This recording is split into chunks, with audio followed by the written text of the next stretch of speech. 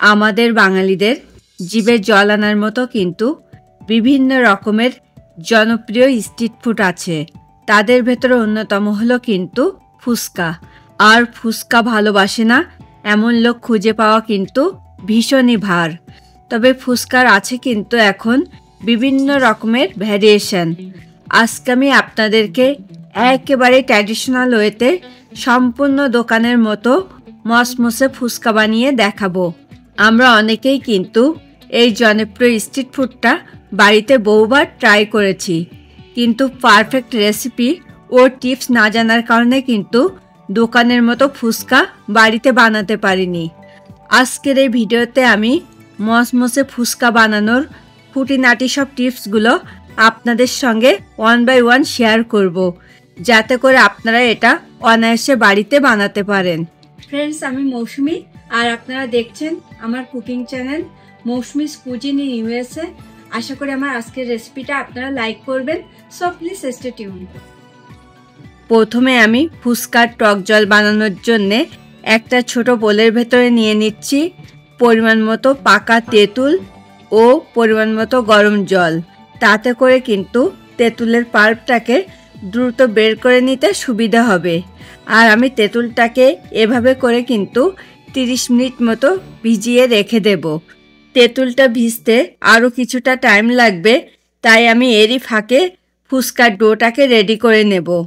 তার জন্য আমি একটা বোলের ভেতরে নিয়ে নিচ্ছি মেজারমেন্ট কাপের 1 কাপ সুজি, 1/3 কাপ ময়দা ও খুবই সামান্য পরিমাণ বেকিং সোডা। এখন আমি সব ড্রাই ইনগ্রিডিয়েন্টসগুলোকে খুব ভালো করে মিশিয়ে নিচ্ছি। আর আপনারা কিন্তু চাইলে এখানে বেকিং সোডাটাকে স্কিপ করতে পারেন, কারণ এটা কিন্তু অপশনাল। তবে এই পর্যায়ে একটু বেকিং সোডা অ্যাড করলে কিন্তু ফুচকাটাকে দ্রুত ফুলে উঠতে হেল্প করবে এবং ফুচকাটাকে দীর্ঘক্ষণ ক্রিস্পি রাখতেও হেল্প করবে। সব কিছুকে কিন্তু আমার মিশিয়ে নেওয়া কমপ্লিট। এরপরে আমি এখানে 1/2 কাপ পরিমাণ উষ্ণ গরম জল অল্প অল্প করে অ্যাড করে একটা টাইট ডো বানিয়ে নেব। আর আপনার এখানে ঠিক কতটুকু জল লাগবে সেটা কিন্তু সম্পূর্ণ ডিপেন্ড করবে সুজি ও ময়দার অ্যামাউন্টের উপরে। তাই এখানে কারোর জলটা একটু বেশি বা কম লাগতে পারে। আর তাছাড়া আজকে আমি কিন্তু সব কিছু নিয়েছি মেজারমেন্ট কাপ ব্যবহার করে। আর আপনাদের কাছে যদি এই মেজারমেন্ট কাপটা না থাকে সেক্ষেত্রে কিন্তু আপনারা চায়ের কাপ বা কোনো ছোট বোল ব্যবহার করেও সব কিছু নিতে পারেন। আর এই ডোটাকে যদি পারফেক্টলি তৈরি করে নেওয়া না যায় সেক্ষেত্রে কিন্তু ফুচকাগুলো পারফেক্টলি ফুলবে না এবং ক্রিস্পিও হবে না। এ পর্যায়ে ডোটা কিন্তু আমার রেডি হয়ে গেছে। এখন আমি ডোটাকে একটু সেট হওয়ার জন্যে একটা ভেজা ন্যাপকিন দিয়ে 30 মিনিট মতো ঢেকে রেখে দেব। আপনারা কিন্তু চাইলে এই কাজটা একটা পরিষ্কার পাতলা ভেজা কাপড় দিয়েও করতে পারেন। ডোটা রেডি হতে কিন্তু আমার আরও কিছুটা টাইম লাগবে, তাই আমি এরই ফাঁকে ফুচকার স্টাফিংয়ের জন্যে আলুটাকে সেদ্ধ করে নেব। তার জন্যে আমি একটা সসপ্যানের ভেতরে দিয়ে দিলাম পরিমাণ মতো জল। এখন আমি এখানে অ্যাড করছি 4 টুকরো করে কাটা মিডিয়াম সাইজের 2টো আলু। এরপরে আমি এটাকে ঢেকে দেব যতক্ষণ না আলুগুলো 100% কুক হচ্ছে।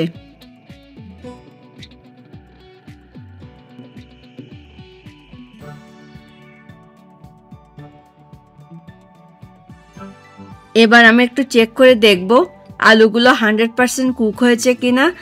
আলুগুলো কিন্তু আমার 100% কুক হয়ে গেছে। এখন আমি ওভেনটা অফ করে দিয়ে জল থেকে আলুগুলোকে তুলে নিয়ে তারপরে খোসাটাকে ছাড়িয়ে নেব। এখন আমি ন্যাপকিনটাকে তুলে নিচ্ছি। আর দেখুন ডোটা কিন্তু ঠিক এই রকমই সফট হতে হবে।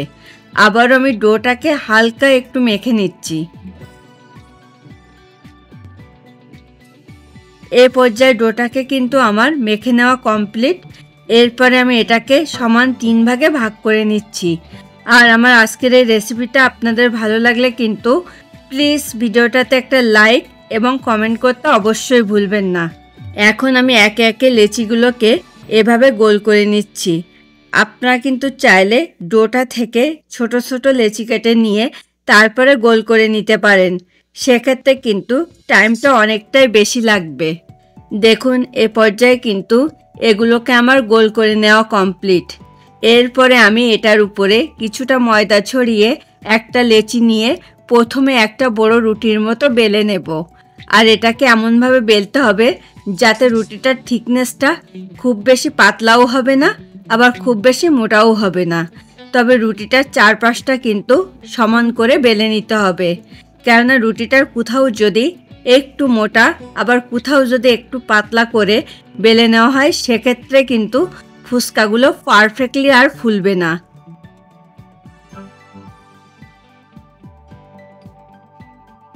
দেখুন এই পর্যায়ে রুটিটা কিন্তু আমার বেলে নেওয়া কমপ্লিট।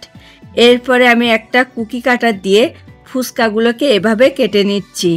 আপনারা কিন্তু চাইলে কুকি কাটারের পরিবর্তে কোনো ছোট কৌটোর লিড দিয়েও এগুলোকে কেটে নিতে পারেন।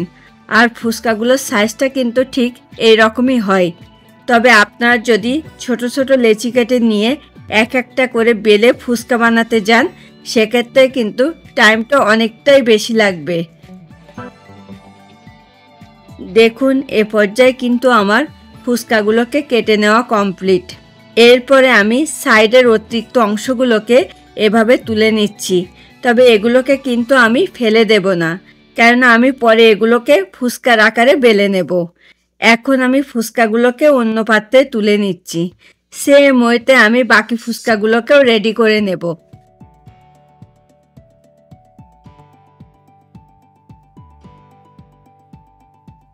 দেখুন সব ফুচকাগুলোকে কিন্তু আমার কেটে নেওয়া কমপ্লিট। আপনারা কিন্তু চাইলে এই ফুচকাগুলোকে রোদ্রে শুকিয়ে একটা এয়ারটাইট কন্টেনারে ভরে 1 মাস পর্যন্ত স্টোর করে রাখতে পারেন। আবার এগুলোকে কিন্তু সরাসরি ফ্রাইও করে নিতে পারেন। এখন আমার এগুলোকে কিন্তু ফ্রাই করে নেওয়ার পালা।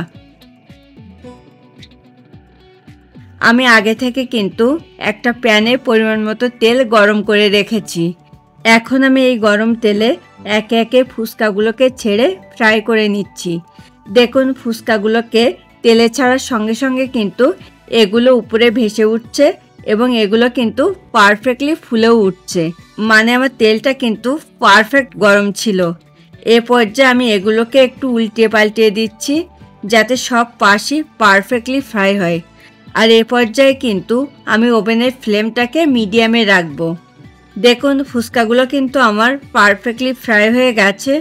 এখন আমি এগুলোকে অন্য পাত্রে তুলে নিচ্ছি। সেম ওয়েতে আমি বাকি সবগুলোকেও ফ্রাই করে নেব।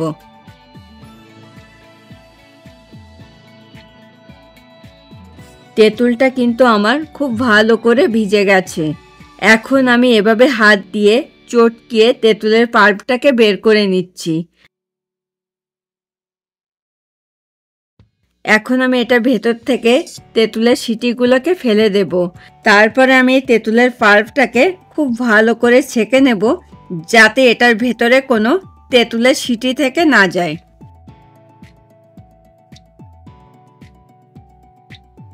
এরপর আমি এটার ভেতরে একে একে দিয়ে দিচ্ছি 1 টেবিল স্পুন লাইম জুস, 2 টুকরো গন্ধরাস লেবু, 1/3 টিস্পুন ভাজা জিরের গুঁড়ো, 1/3 টিস্পুন ভাজা ধনে গুঁড়ো, 1/3 টিস্পুন ভাজা মৌরির গুঁড়ো, 1/3 টিস্পুন চাট মশলা, 1/3 টিস্পুন শুকনো লঙ্কার গুঁড়ো, পরিমাণ মতো কুচানো কাঁচা লঙ্কা, পরিমাণ মতো কুচানো ধনে পাতা, 1/2 টিস্পুন বিট নুন ও স্বাদ মতো নুন।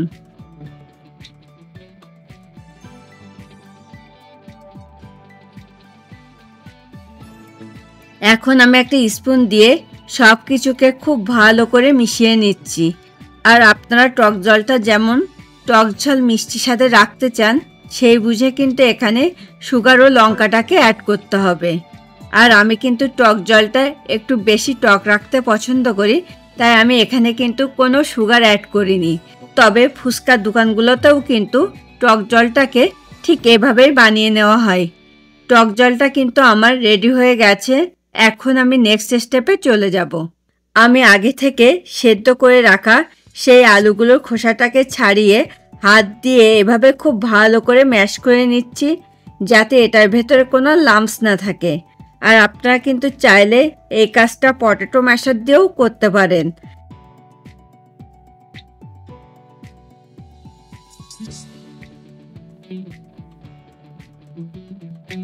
দেখুন এই পর্যায়ে কিন্তু আমার আলুটা ম্যাশ করে নেওয়া কমপ্লিট। এরপরে আমি এখানে একে একে অ্যাড করব 1 টেবিল স্পুন কুচানো পেঁয়াজ, 2 কুচানো কাঁচা লঙ্কা, পরিমাণ মতো কুচানো ধনেপাতা, 1/3 টিস্পুন ভাজা জিরের গুঁড়ো, 1/3 টিস্পুন ভাজা ধনে গুঁড়ো, 1/3 টিস্পুন ভাজা মৌরির গুঁড়ো, 1/3 টিস্পুন চাট মশলা, পরিমাণ মতো সেদ্ধ কালো ছোলা, পরিমাণ মতো ভাজা পিনাটস বা চিনেবাদাম, 1 টিস্পুন বিট নুন, স্বাদ মতো নুন ও পরিমাণ মতো টক জল।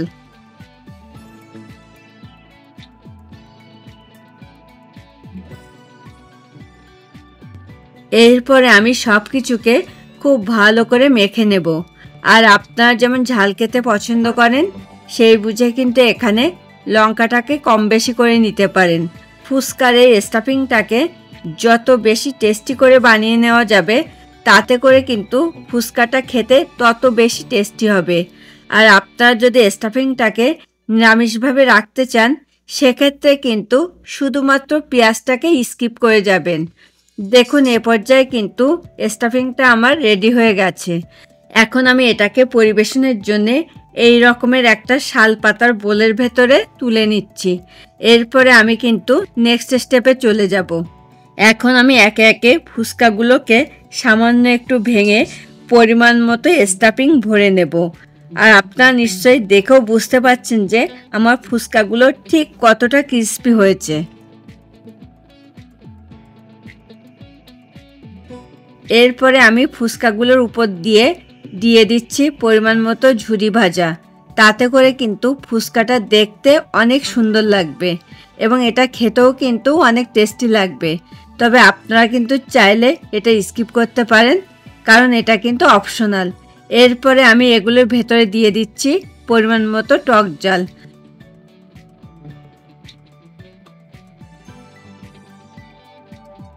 দেখুন ফুচকাগুলো কিন্তু আমার পরিবেশনের জন্য একদম রেডি টু গো। ফ্রেন্ডস, আপনারা যারা প্রথম আমার চ্যানেলটাতে ভিজিট করছেন প্লিজ আমার চ্যানেলটাকে সাবস্ক্রাইব করুন। খুব তাড়াতাড়ি আবার দেখা হবে নতুন কোনো রেসিপি নিয়ে। Thanks for watching this video.